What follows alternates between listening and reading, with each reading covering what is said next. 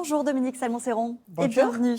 Merci. Vous avez ouvert au mois de mai 2020 une consultation spécialisée pour les malades atteints de Covid long. On va en parler puisque les députés s'intéressent à ce sujet aujourd'hui. D'abord, question d'actualité, un nouveau variant a été détecté en Afrique du Sud. Il semble très contagieux. Est-ce que vous êtes inquiète ? Oui, bien sûr, on est préoccupé par l'efficacité de ce variant sur le vaccin. Mais globalement, on sait que les vaccins, même s'ils ne préviennent pas complètement la maladie, ils préviennent les formes graves. Donc, je pense que ça sera encore le cas pour ce variant. Toutefois, c'est vrai qu'il faut le surveiller vraiment de près. La vaccination qui s'accélère en France, on le dit, à l'aube d'une 5e vague. Est-ce que les annonces gouvernementales faites hier vont permettre de la freiner, selon vous ?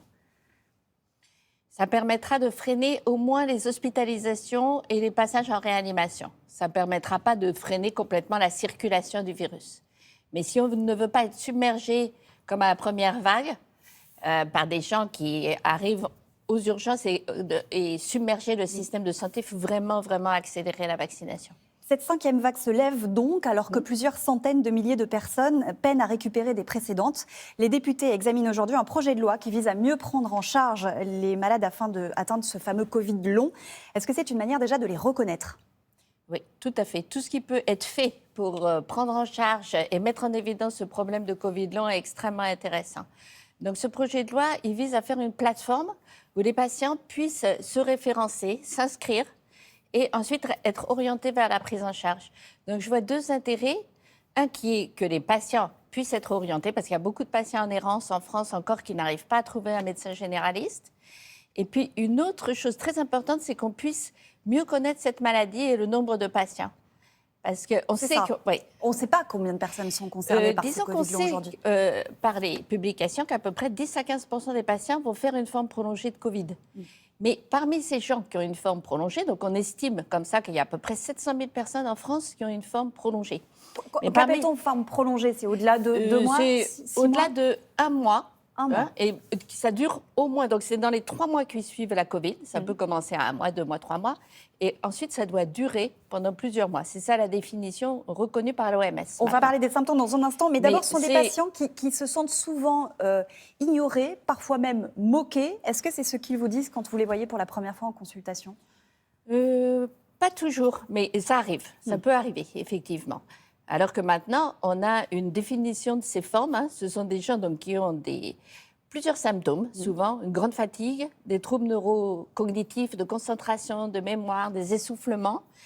C'est des signes qui sont fluctuants. Donc un jour, ils peuvent se réveiller bien et puis dans l'après-midi ou le lendemain, avoir des symptômes.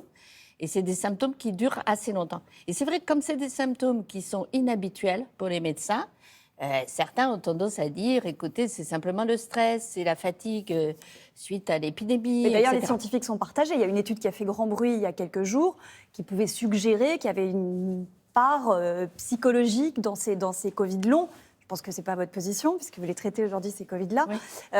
Mais peut-être l'aspect psychologique peut accentuer certains symptômes. Alors, je nie pas du tout qu'il y a un aspect psychologique. Hein. C'est des gens qui se trouvent démunis face à leurs symptômes. Donc c'est normal qu'ils soient anxieux, que certains aussi fassent des dépressions. Mais cette étude, bien que ce soit une grosse étude qui a été faite dans une cohorte de population générale sur 26 000 personnes, donc c'est des résultats statistiques qui sont ce qu'ils sont, si vous voulez. L'ennuyeux, c'est que cette étude fait un lien direct entre infection et sérologie positive. Ils disent que quand la sérologie est négative, le patient a très peu de chances d'avoir une infection. Or, on sait qu'il y a presque 25% des gens qui ne font pas d'anticorps. Donc, ces gens-là sont un peu niais. En tout cas, voilà, c'est ce qu'on dit, c'est que les scientifiques restent partagés.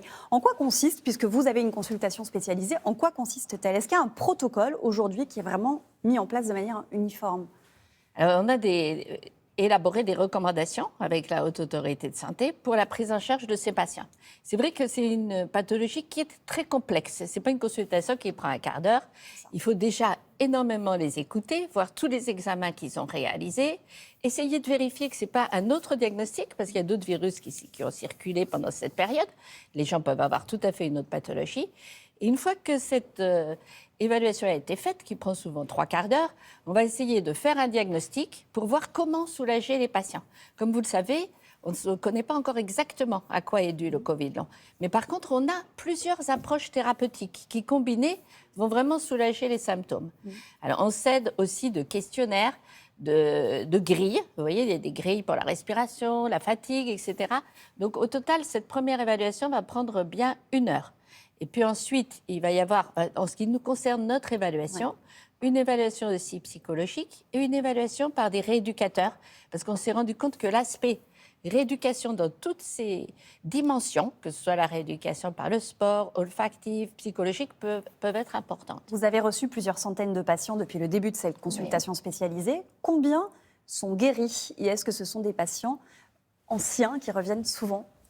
Alors, au départ, on pensait que ça allait durer quelques mois et puis qu'on orientait les patients vers les généralistes après quelques conseils. En fait, c'est des patients qui reviennent. On en a vu 700 pour répondre à votre question, au moins minimum 700. Et sur ces 700, on a fait une évaluation à 1 an. On voit qu'il y a une évolution lente vers l'amélioration. À peu près 80% s'améliorent. Mais les gens vraiment guéris, c'est quand même plus rare. Vous voyez, c'est de l'ordre de 10%. Mais c'est dans chez nos patients qui sont un peu le sommet de l'iceberg. C'est les plus graves. Je pense qu'au niveau de la France, ces 700 000 personnes qui ont un Covid long sont très hétérogènes. Il doit y avoir peut-être 90% de formes peu sévères et puis des formes sévères. C'est pour ça que le projet de loi de M. Zumkeller est intéressant. C'est ça, va permettre aussi de dresser un état des lieux plus exactement. important. Merci beaucoup, Dominique Salmon-Serron, d'avoir été avec nous. Enfin.